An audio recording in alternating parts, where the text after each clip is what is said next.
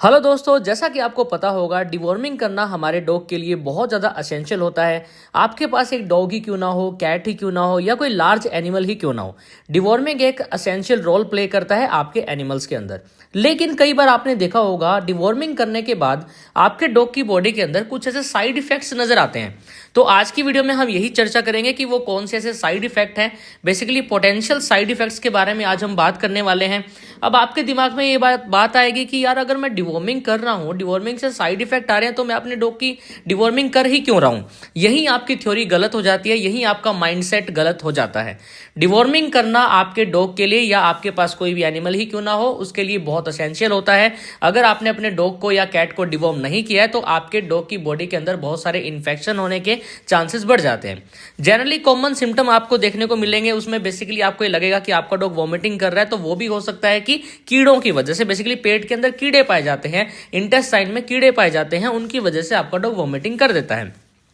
आपको loose stool देखने को मिलता है। अब लूज स्टूल क्या होता है? डायरिया जिसको हम बोलते हैं। तो ये डायरिया भी आपको देखने को मिलेगा। ये भी एक भयंकर एक प्रॉब्लम हो जाती है, बिकॉज डिहाइड्रेशन से आपका डॉग सफर करता है डायरिया के अंदर, और अगर बिल्कुल ही लूज स्टूल है तो काफी ज्यादा प्रॉब्लम भी होने के चांसेस बढ़ जाते हैं। ठीक है, तो बेसिकली वो पोटेंशियल साइड इफेक्ट्स क्या है जो कि डिवॉर्मिंग से आते हैं आपके डॉग की बॉडी के अंदर, और क्या हमें उसे सोच के घबराना चाहिए, नहीं घबराना चाहिए, चर्चा करेंगे।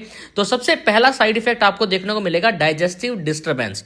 यस गाइज, ये बेसिकली आपको देखने को मिलता है कि कुछ डॉग ऐसे होते हैं, सभी डॉग की बात नहीं कर रहा मैं, कुछ डॉग के अंदर ये प्रॉब्लम आती है जब आप अपने डॉग को डिवॉर्मिंग की मेडिसिन देते हो, भले ही वो लिक्विड की फॉर्म में क्यों ना हो या वो टैबलेट की फॉर्म में क्यों ना हो, तो आपके डॉग को वॉमिटिंग या डायरिया होता ही होता है। अब मे भी चांसेस हो सकते हैं कि आपके डॉग की गट के अंदर एक्सेस अमाउंट में वॉर्म्स अवेलेबल है। अब वॉर्म्स जैसे हम बात करते हैं, टेप वॉर्म है, विप वॉर्म है, राउंड वॉर्म है, हुक वॉर्म है, बेसिकली हार्ट वॉर्म भी होता है। ठीक है, अगर वो ज्यादातर अवेलेबल है देन आपके डॉग के अंदर ये प्रॉब्लम आती है, डाइजेस्टिव इंबैलेंस होता है, डाइजेस्टिव डिस्टर्बेंस भी आपको देखने को मिलेगी, और आपका डॉग एनोरेक्सिया का शिकार हो सकता है, जिसको हम बोलते हैं लॉस ऑफ एपेटाइट। एनोरेक्सिया के ऊपर हमने वीडियो बनाई हुई है, आई बटन में आप क्लिक करोगे तो आपको वीडियो नजर आ जाएगी कि एनोरेक्सिया क्या होता है और हमें घर रहते उसका सोल्यूशन क्या करना चाहिए। वीडियो को लास्ट तक देखना है, क्योंकि मैं आपको कुछ ऐसे बचने के तरीके भी बताऊंगा जिसकी वजह से आप अपने डॉग को बचा सकते हो इसके साइड इफेक्ट से। अब देखो, साइड इफेक्ट सोच के ये मत सोच लेना कि हमें ये मेडिसिन बंद ही कर देनी है। डिवॉर्मिंग करना मोस्ट इंपॉर्टेंट है एक डॉग के लिए, एक कैट के लिए, किसी भी एनिमल के लिए। सेकंड सिम्टम की बात करते हैं जो कि बेसिकली साइड इफेक्ट है हमारा डिवॉर्मिंग का डॉग के अंदर, वो है वॉर्म्स इन स्टूल।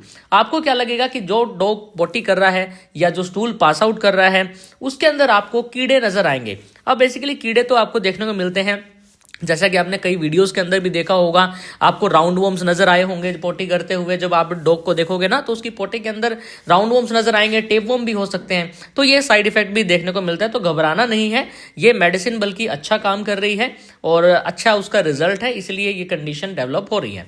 बेसिकली क्या है, आपको बस मेडिसिन देते टाइम ये ध्यान रखना है कि एग्जैक्ट उसकी डोजेज हो। एक ऑथोराइज जो वेट होते हैं, वेटनरी डॉक्टर होते हैं, उनसे रिकमेंडेड होनी चाहिए मेडिसिन, उनकी डोज रेट वेल इफेक्टिव होनी चाहिए। अगर मेडिसिन अच्छी नहीं है तो आपके डॉग को ये प्रॉब्लम हो सकती है, तो तभी मैं बोलता हूं कि अच्छी ब्रांड की इस्तेमाल कीजिए।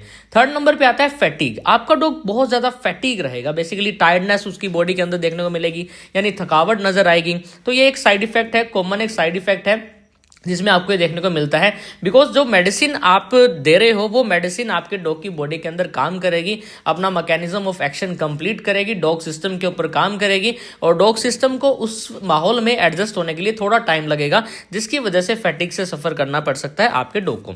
पांचवा पॉइंट आता है इनएपिटेंस। जैसा कि मैं पहले ही बता चुका हूं, एनोरेक्सिया या भूख बिल्कुल ही कम हो जाती है, भूख लगनी बंद हो जाती है, तो घबराने वाली बात नहीं है।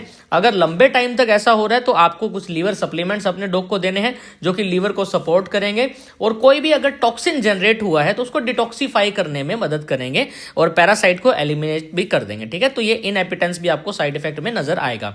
आगे आता है एलर्जी सिम्टम। कुछ आपको एलर्जी भी नजर आएगी, अगर आपने गलत तरीके से अपने डॉग की डिवॉर्मिंग कर दी है तो आपको एलर्जी कंडीशन भी नजर आएगी। जैसे आपको लगेगा आपका डॉग इचिंग कर रहा है, स्वेलिंग हो गई है किसी भी तरह की पूरी बॉडी में, या ब्रीदिंग में भी डिफिकल्टी आपको देखने को मिल सकती है।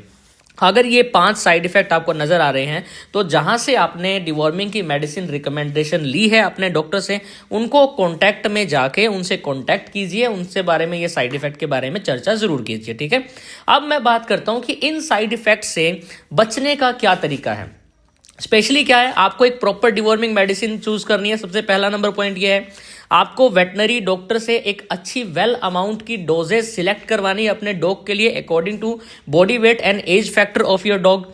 ठीक है, आगे मोस्ट इंपॉर्टेंट पॉइंट आता है, आपको ये निगरानी रखनी है अपने डॉग की डिवॉर्मिंग के बाद कि कहीं मेरे डॉग को कोई ज्यादातर वॉमिटिंग तो नहीं हो रही है, ज्यादा लूज तो नहीं पास हो रहा स्टूल, या स्टूल के अंदर ब्लड तो नहीं आ रहा। अगर ऐसी सिचुएशन है तो इमीडिएटली डॉक्टर को बता देना है। ठीक है, अगर उससे पहले वॉमिटिंग की है तो सारी हिस्ट्री आपको, क्लिनिकल हिस्ट्री बतानी पड़ेगी। आपको एक रिकॉर्ड मेंटेन करना है डिवॉर्मिंग का, उसकी हिस्ट्री का। बेसिकली आपको पता होना चाहिए कि इस डेट को मैंने डिवॉर्मिंग की थी, अब नेक्स्ट डेट ये आ गई है और अब मैं इसकी डिवॉर्मिंग करना चाहती हूँ। आपको एक हाइजेनिक कंडीशन डेवलप करके रखनी है अपने डॉग के आसपास में। अगर वो कोई स्टूल वगैरह पास कर रहा है ना, तो वहां पे आपको क्लीन जरूर करना है। ठीक है, और स्पेशली अब मैं बात करता हूं कि duration of deworming, basically side effect का क्या रहता है। अगर आपके डॉग की बॉडी के अंदर साइड इफेक्ट आ रहे हैं तो क्या उसका ड्यूरेशन रहेगा। मैक्सिमम ये फ्यू आवर्स तक हो सकता है, बस कुछ ही घंटे हो सकता है, ज्यादातर से 24 घंटे तक इसका साइड इफेक्ट देखने को मिलेगा। तो यही कुछ ऐसे पॉइंट्स थे गाइस जो कि आपको बताने थे मैंने। एक तो मैंने आपको ये बताया कि डिवॉर्मिंग के साइड इफेक्ट क्या होते हैं, ड्यूरेशन क्या होता है डिवॉर्मिंग के साइड इफेक्ट्स का आपके डॉग में, और साथ में इससे बचने के लिए हमें क्या क्या पॉइंट्स ध्यान में रखने चाहिए। होप सो आपको ये वीडियो अच्छी लगी होगी और आपके लिए बेनिफिशियल भी प्रूफ होगी। थोड़ी लंबी जरूर होगी है, माफ करना, लेकिन ये पॉइंट्स बताने बहुत ज्यादा जरूरी थे। अगर मैं एक भी पॉइंट स्किप कर देता ना, अगर आपने स्किप कर दिया तो आपके डॉग को एक प्रॉब्लम से सफर करना पड़ सकता है। Thank you so much. जय हिंद, जय भारत।